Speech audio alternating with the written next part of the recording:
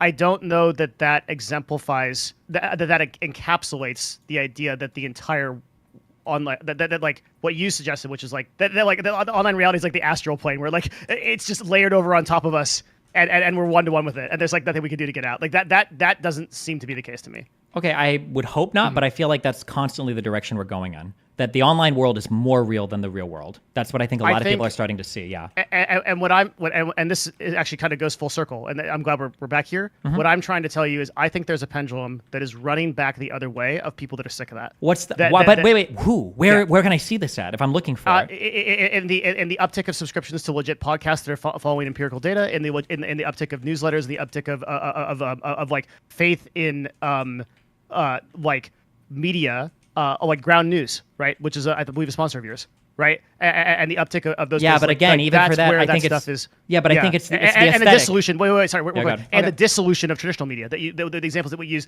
the traditional media is falling off a cliff, right? Like I think people are getting tired of that bullshit, and that as we see more like AI and stuff like come in and Sora come in and things like that, people be like, I just want authentic sources. I disagree. They're saying the words that you're saying, but I don't know if they believe the things that you're purporting. So somebody will say like this, I'm the best example of this. Somebody would say, I love Destiny. He's like such a truth sayer. I really agree with a lot of what he says. You go, oh, like, well, with what? And people, and I've watched people say this, they'll say things like, Destiny was like so right on Rittenhouse, and Destiny is so correct when he looks at like Israel-Palestine, and I really like how he holds the far left to account, but he really misses the mark when he talks about Trump. I think he has Trump derangement syndrome, and he's like super off. Like for some reason, he's really critical of the government. When they up in terms of like, he'll talk about like structural disadvantages sometimes, but damn, he like believes the government when it comes to like the FDA and Fauci, and like sometimes he's really, really smart when he pushes against like DEI and like affirmative action and shit.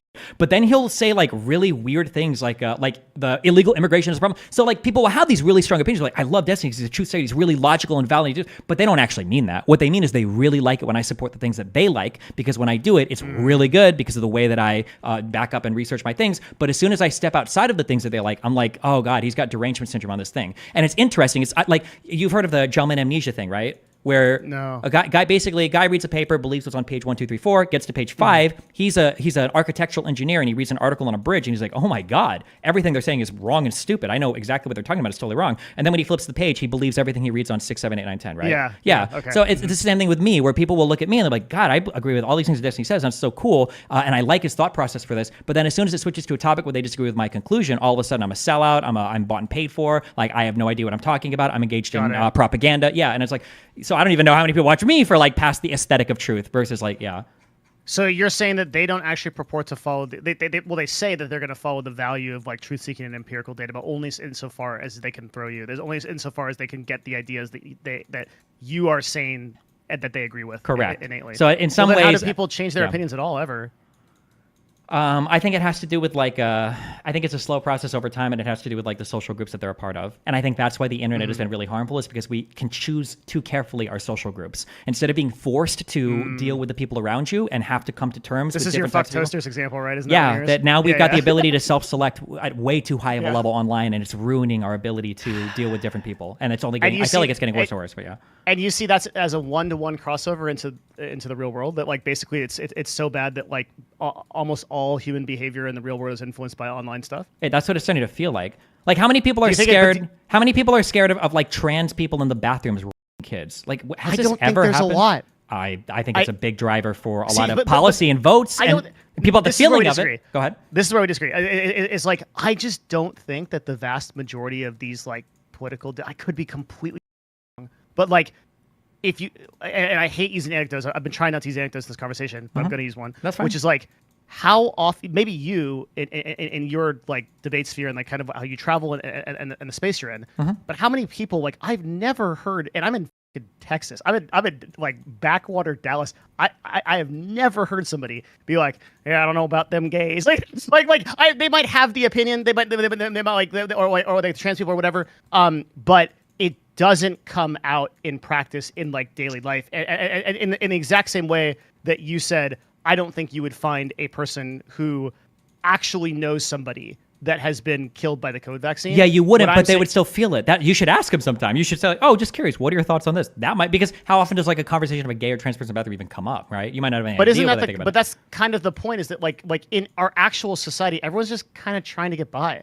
And like people are going to work, coming back, and like there's sort of this like surface level conversation about these things, but actionably it's not influencing us. Or yeah, but the reason, but at the end of the day, when we vote, we're voting on the reality thing is real though, and that's impacting the whole country and everything we do. What I'm saying is like if I were to see this, I would expect in the trans example, okay, that in Texas, I would be going into stores quite regularly, and people would be like, "No trans, you can't come in here." And like I'm sure you'd be able to go find a sign that says that on Reddit, because I've even seen that on Reddit, where I've seen like no trans people allowed, nothing like that, no Chinese people allowed, like kung fu, whatever. I've never seen that, and I've never known. I remember when I lived in Huntington Beach. I feel like I saw a restaurant that I was like a walking distance from, where they had a sign that said, I don't remember if it said no vaccinations or it might have said no masks allowed. I think it was during COVID. They had that sign outside. They're like, no masks allowed. It was something really retarded. This might have gone on the news even, but I lived in Huntington Beach near this place. Like, I mean, you might not see it as overtly, but even if you don't, and I think in some places you do, but even if you don't, like people are voting based on those feelings, and people are navigating reality based on those feelings. They might not have an opinion that you know about, but they might still think it,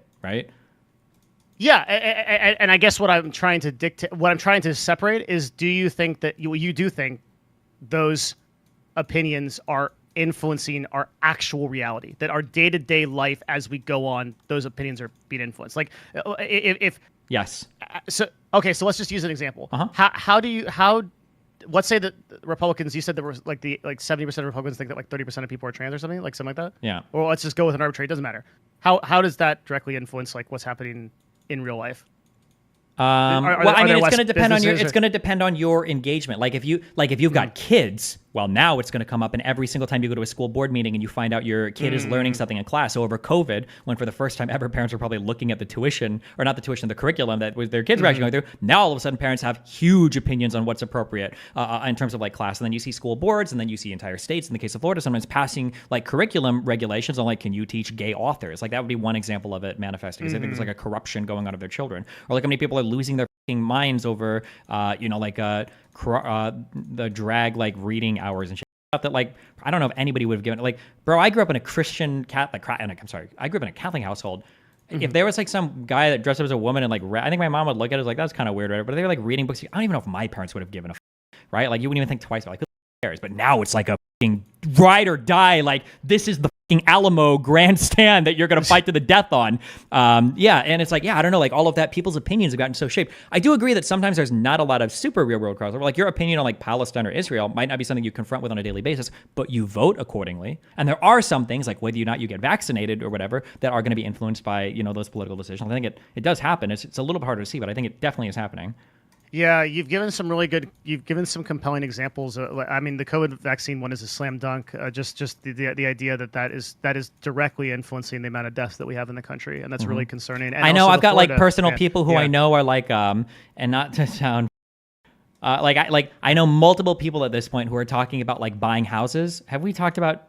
Are you in the camp that like buying a house is always the best investment with your money or whatever? Or no? Okay, yeah. I know at least 2 or 3 people now that I've talked to who are like buying houses for what they are like kind of saying are good financial, but it's political because they've seen in the media so much that like the gap between like renters and owners and buyers and people that just have to move from apartment to apartment, like it's growing, and they're making like financial decisions based off of that. Like they're starting to, and I'm like, bro, why are you buying a house? Do you even know you're gonna be here for a long time? I was like, no, but I know that it's like, holy shit. Like people are making decisions like that. Or like, look at all the people complaining about like, I'm gonna trigger the out of my audience. But I was vindicated, so I was right. Like people complaining about inflation or people complaining about like the rising cost of everything. People will say chats even though it's not real. They'll say things like eggs used to cost like $2 a carton and now they're $12 a carton. Milk used to cost like, $1.50 a gallon and now it's like $17. You're like, where do you live? What are you talking about? Like, how can you not see these prices reflected in anything? How is it that simultaneously all the wages have fallen, all of the rent has become unaffordable, all of the food has 2x'd in price, but businesses like DoorDash and Uber Eats are booming? Something isn't making sense here, right? Like, how is it happening? But people will walk around with that idea in head, like, everything is hyperinflated to